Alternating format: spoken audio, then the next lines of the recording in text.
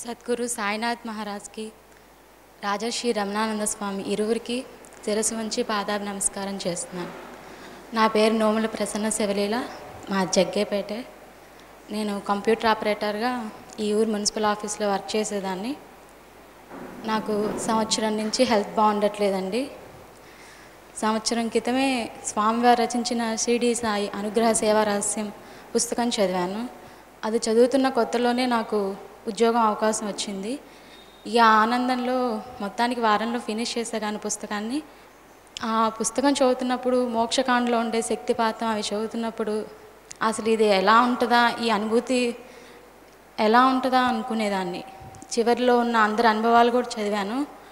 అంత ఆనందం ఫీల్ అయ్యారా, నేను ఎప్పుడు ఆ శక్తిపాతం తీసుకుంటానా అనుకున్నాను.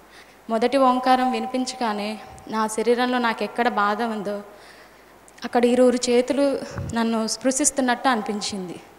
స్వామివారు సాయి సాయి అనుకోమన్నారు కాబట్టి నేను సాయి సాయి అనుకుంటూనే ఉన్నాను.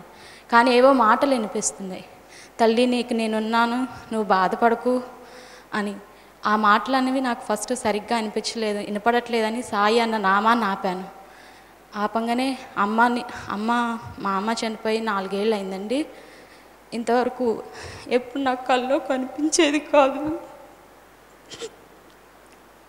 మాట మాత్రమే వినపడేది.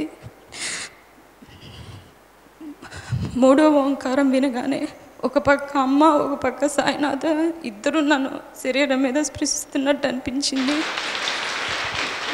గురువుగారు వచ్చి తల మీద చేయి పెట్టగానే తల్లి ఇదే తల్లి శక్తిపాతం అంటే ఆనందం కలిగిందా అని అన్నారు.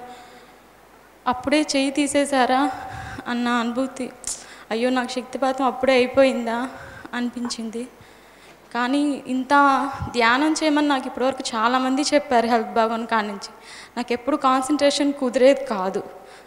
ఈరోజు అసలు ఇంతసేపు కూర్చున్నానంటే నాకే చాలా ఆనందంగా ఉంది. ఇంత ఆనందంగా ఉంటుందా ధ్యానం చేస్తే, ఇంత ప్రశాంతతగా ఉంటుందా అనిపించింది. ఇక నుంచి ప్రతిరోజు అసలు ధ్యానమే చేయాలనుకుంటున్నాను.